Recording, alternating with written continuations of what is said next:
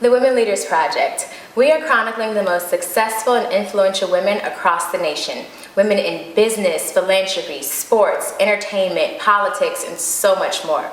It's important that we address not only their success and highlight that, but we also focus in on how they achieved that success. Hi, I'm Lauryn Williams. I'm a four-time Olympian and the first American woman to medal in both the Summer and the Winter Games, and this is the Women's Leaders Project. So why the Women Leaders Project? Why does it matter? Why should you even care? It's simple. The girl today is going to be the mother, the teacher, the leader of tomorrow. And it's important that we make sure that they're prepared. So how do you achieve success? It can sometimes seem like it's impossible or so out of reach. Every successful person that I've ever spoken to or had the opportunity to get to know, they've all done one key thing to achieve their success. They dated. I know, it sounds crazy, right? To date to achieve your success, but this is what you do. You have to decide that whatever it is in life that you want is what you'll have. That A, you'll acquire the knowledge it takes to get there and then take action with that knowledge. Then T, tackle every obstacle, and there will be many. And then E, every day do something. It's important that every single day you're investing into what matters and means the most to you. So Lauryn, here we are. Four-time Olympic champion, the first American woman to place in the Summer and Winter Games in the same year. That's a feat in and of itself. How in the world did you get to this point? Like, how did you decide that, okay, this is what I want, this is how I'll do it? What was your defining moment? I think the main thing for me was to realize that I wanted to focus on my opportunities, not the obstacles. Okay. And so I always focus on the resources that I have available to me as opposed to those things that I'm lacking or the things that I'd want to have. What can I do to get to this next step? Where can I go? When the door opens, let's run through it. Let's not just open it and see who's there. Let's get out there and get going. Okay, so perspective. So okay, that perspective is everything. Your perspective or your perception is reality. So okay, focus on your opportunities, not on your obstacles. I like that. Mm-hmm. I like that. So then, okay, so you made a decision to focus on your opportunities. And in focusing on your opportunities, you realized I maybe can run. I might be a little bit good at this. Started at age 9, I played every sport. I made sure that I was well-rounded, that, my mom exposed me to everything. Okay. And I'm really grateful to her for, exposing me to so many different opportunities. But I found track and field and I kind of stuck with that, and you're right, I was a little bit fast. Just a little bit. So then acquiring the knowledge it takes to get there, because of course you went to school and everything else, super smart, finance, majoring in finance. Smarter than me. But acquiring the knowledge it takes to get there, like what are some of the things that you did or what are some of the steps that you took in order to get the knowledge that you would need in order to become a four-time Olympian? Because that's no easy feat. Well, one of the things they say is reading is fundamental, and it's really spoke volumes to my life. My mom and my father taught me that everything is in education. Very true. So education is a free thing, despite what people say and the student loans that are being acquired nowadays. It truly is. The library is still a place you can go, and all the books are available to you. And so I really took my education into my own hands, and took the idea of learning and not just being taught into my own hands. Oh, that's smart. You can't just wait for someone to teach you something. You've got to go out there and actively learn. So what you're saying is, and I want you guys to get this, is you have to take ownership in what it is that you say you want. So if I say I want to learn how to ride a bike, no matter how awesome the idea is, unless I actually get out there to try and learn to ride the bike, I don't get it. You got it. Get out there to try and learn to ride the bike, I don't get it. You got it. Especially to make sure that you are in line with what you say you want. Read all things that have to deal with the industry and what you want to do. So after you've acquired the knowledge it takes, then you have to take some action. What action steps did you take in order to get to where you wanted to go? Well, I think the main thing was getting out, getting up, getting off the couch, and you can't meet new people if you're sitting at home in front of a television. Very true. TV will talk to you, but you can't talk to it. So we hope.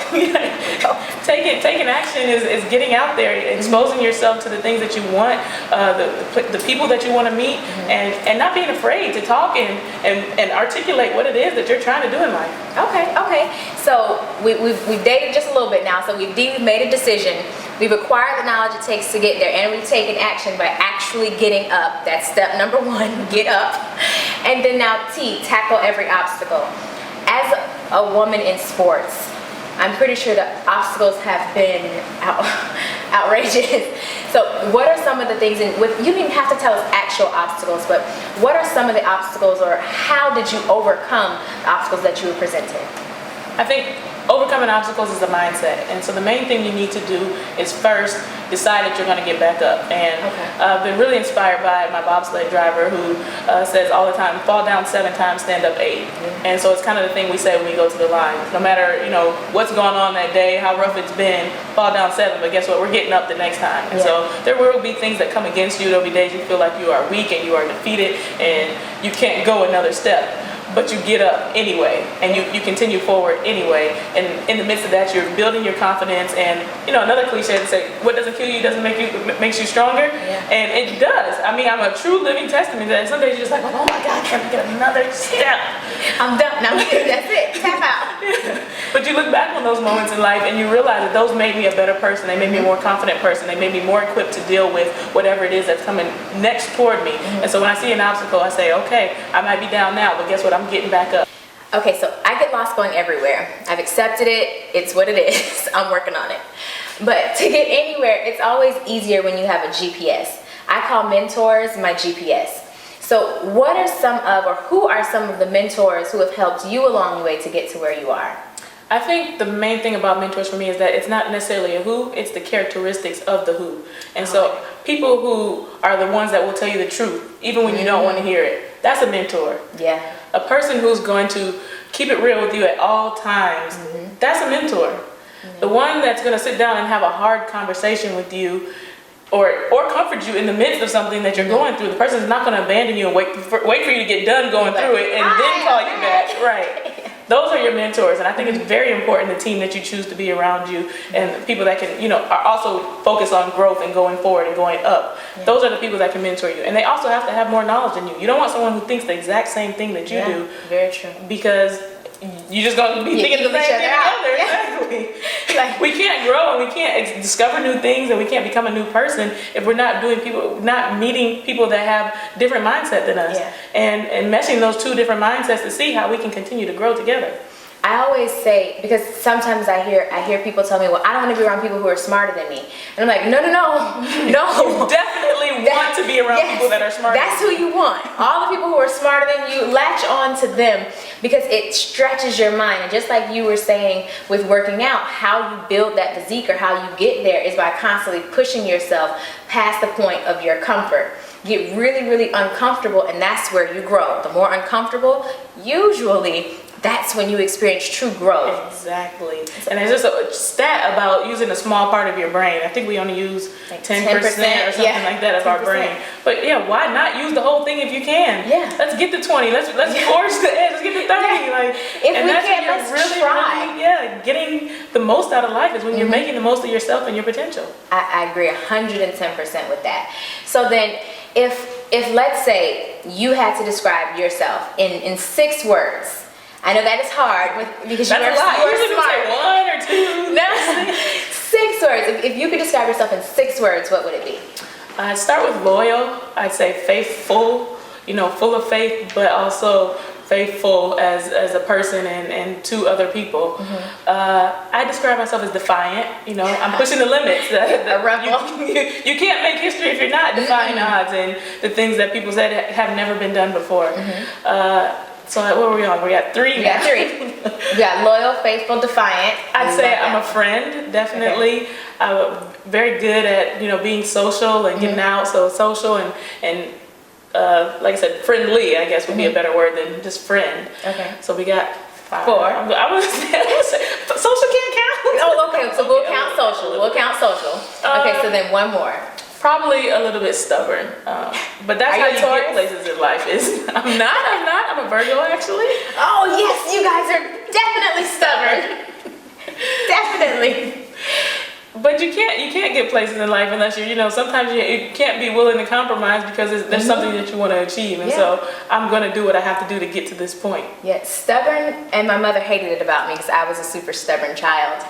But one thing I will say is when you are so stubborn to the point that, no, this is what I want, this is what I'll achieve, this is what I'll get, and it's the only thing I will accept, that's when you get it. That defiance, that stubbornness, people see it as a negative, but I see it as a positive because it means you won't stop. Exactly. So just make sure it's the positive things. Exactly. Yes, you are relentless. The right kind of stuff. Yes, the right kind of, actually we should coin that, don't steal it. It's the right kind of stubborn.